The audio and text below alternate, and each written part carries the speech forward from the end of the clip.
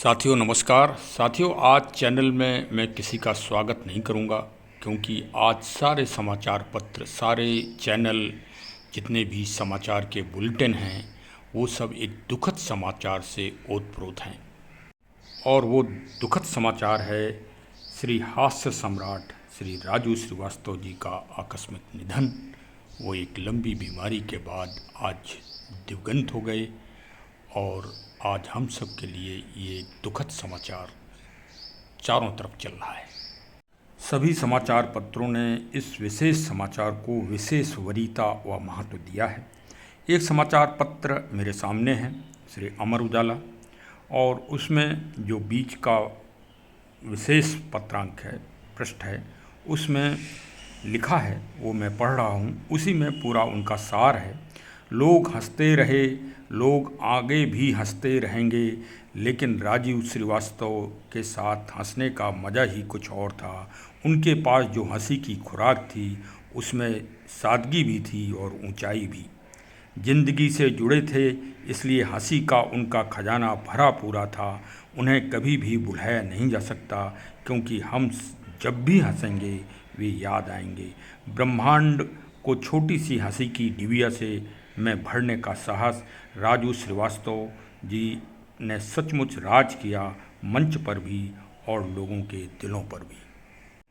वास्तव में ओम शांति कहते हुए हम उनको नमन व श्रद्धांजलि देते हैं और उनकी आत्मा के लिए ईश्वर से प्रार्थना करते हैं कि उनको मोक्ष धाम प्रदान करें और उनके परिवार वालों को इस दुख घड़ी में शक्ति प्रदान करें। ये सार्थक टिप्पणी श्री देव प्रकाश चौधरी साहब ने समाचार पत्र में विशेष रूप से अंकित की है।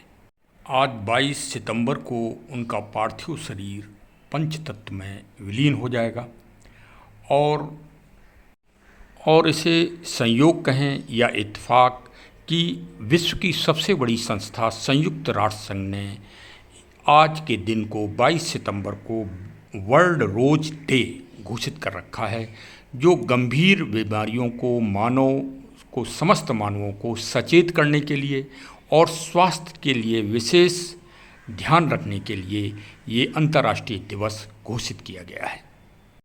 इस अंतर्राष्ट्रीय दिवस वर्ल्ड रोज डे के इतिहास पर और इसके जन्म पर यदि आप नज़र डालें तो ये बड़ी ही करुणा और मार्मिकता से प्रारंभ से ही भरा हुआ है। कनाडा राष्ट्र की एक 12 वर्षीय बच्ची मोलिंडा रोज, जो बहुत ही स्वस्थ थी, लेकिन अचानक उसको आस्किन ट्यूमर पाया गया और जो कि रक्त कैंसर से भी प्रभावित थी, और उस बीमारी की जानकारी होने के बाद 6 महीने वो लाइव रही, जिंदा रही। और उस बच्ची ने ऐसी प्रेरणा जीवन के प्रति और संघर्ष और ऐसी मोटिवेशंस और प्रेरणा दिया कि वो पूरी दुनिया में उसके व्यक्तित्व की एक अमिट छाप, संघर्ष की, बीमारी से संघर्ष करने की ओजस्वता उसमें निराली दिखाई पड़ी। और तब कनाडा राष्ट्र ने और संयुक्त राष्ट्र संघ ने उनकी याद में एक ये अंतर्राष्ट्रीय दिवस घोषित किया गया। वास्तव में इंग्लिश में मुहावरा भी है, बेड ऑफ रोज। गुलाब अपनी रक्षा कांटों के बीच में संघर्ष के साथ बड़ी मुसीबत में और बड़ी मुश्किल का सामना करते हुए करता है। शायद व्यक्ति का जीवन भी उसी तरह का है और हमारे श्री राजू श्रीवास्तव जी शायद उसी के परिचायक थे। उन्होंने पूरे जीवन दूसरों को हंसाया, प्रसन्नता दी, लेकिन स्वयं शारीरिक रूप से वो बहुत ही कमज़ोर हो गए थे और उस कमजोरी और शारीरिक अक्षमता का कारण कुछ उनकी जीवन शैली और कुछ हमारी जो जिम्मेदार संस्थाएं हैं उनका भी इसमें वरीयताक्रम में दोष है। वास्तव में राजू श्रीवास्तव साहब ने भी अपनी जीवंत गाथा में इसी को सिद्ध किया। उन्होंने दुनिया को हंसाया, दुनिया हंसी, लेकिन उनके कष्टों को, उनके शारीरिक स्थिति को कोई सही आकलन नहीं कर सका और यही कारण है कि वो अल्प आयु में ही हम सबको छोड़कर और दुनिया को छोड़कर चले गए। आज सरकारों को और विशेषकर उत्तरदायी संस्थाओं को विशेष गंभीरता से इस विषय पर मंथन करना चाहिए। ये एक बहुत गंभीर मामला है और सत्य बात तो यह है कि मानवता के साथ खिलवाड़ हो रहा है। उसी के उदाहरण बने हैं श्री राजू श्रीवास्तव साहब।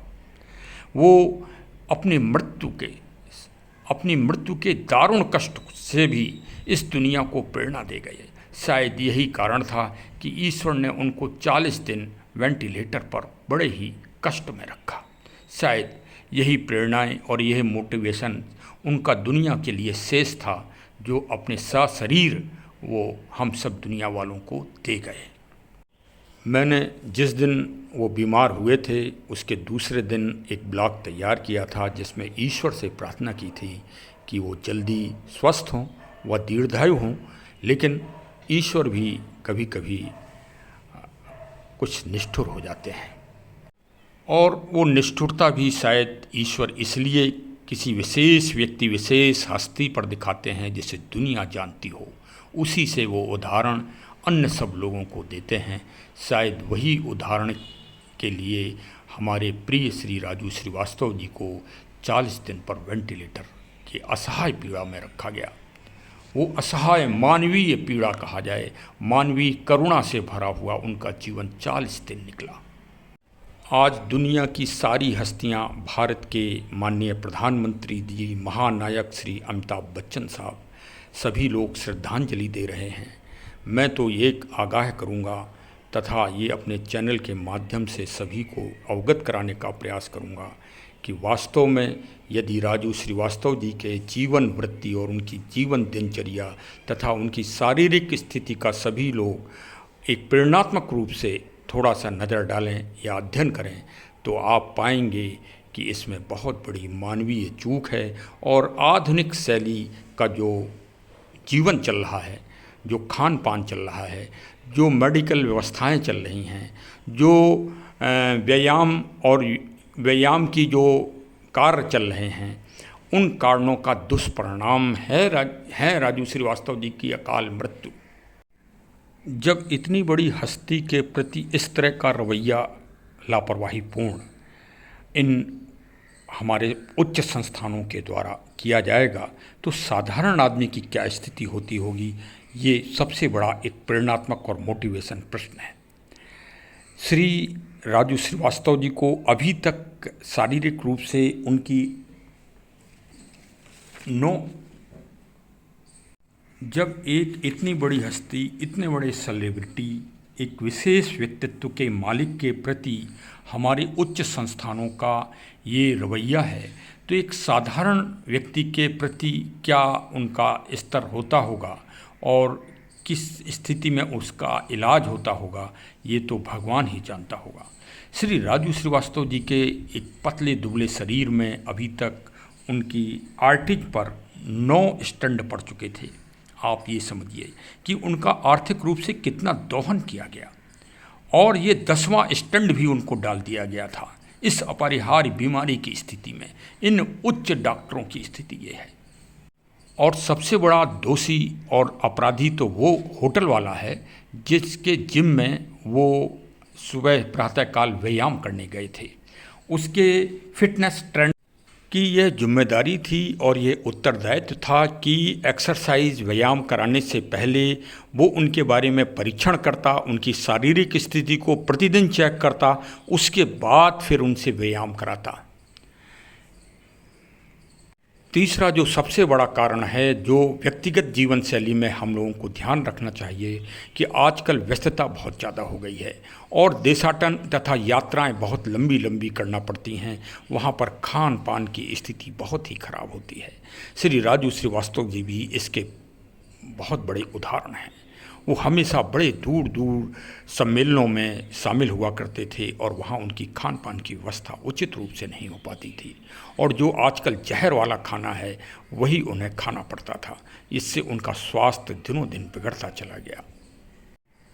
श्री राजू श्रीवास्तव जी से पुलिस सर्विस के दौरान एक विशेष ड्यूटी के अवसर पर मैंने उनसे व्यक्तिगत मुलाकात की थी और मैंने उनकी थोड़ी सी दिनचर्या को भी देखा था।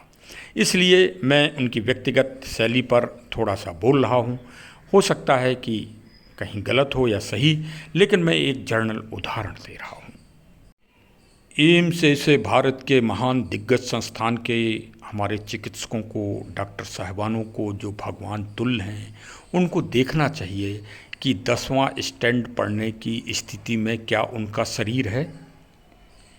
उनको वास्तव में जीवनदायिनी उस पे उनको अभी ताकत देना चाहिए थी, उसके बाद उनका स्टंट वगैरह पड़ सकता था।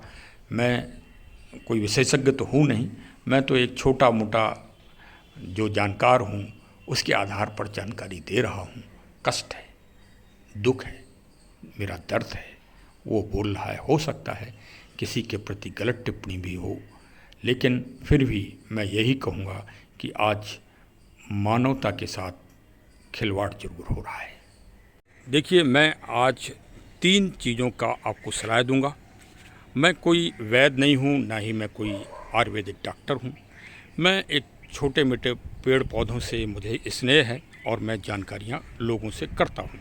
विशेषकर जो विशेष संत हैं, जो वनस्पतियों के बीच में रहते हैं, उनसे भी जानकारी करता हूँ, ग्रामवासियों से भी जानकारी करता हूँ।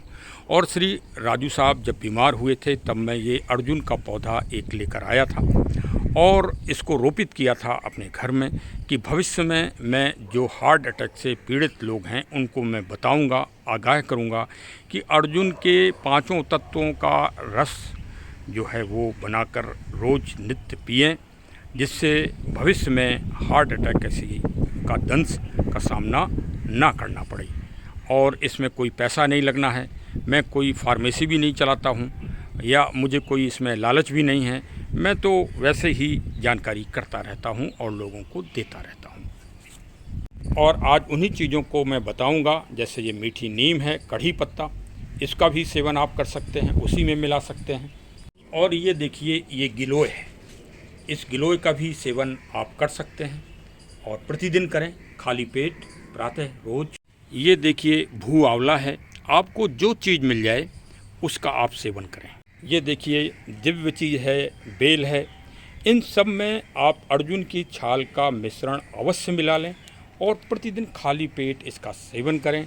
आपको, मैंने कई लोगों को इसको आजमाया है, कई लोगों को मैंने बताया है। मेरे बताए हुए करीब 100-150 लोग इसका सेवन करते हैं और उनको, उनकी जो प्रतिक्रिया है कि उनको स्वास्थ्य का लाभ हुआ है।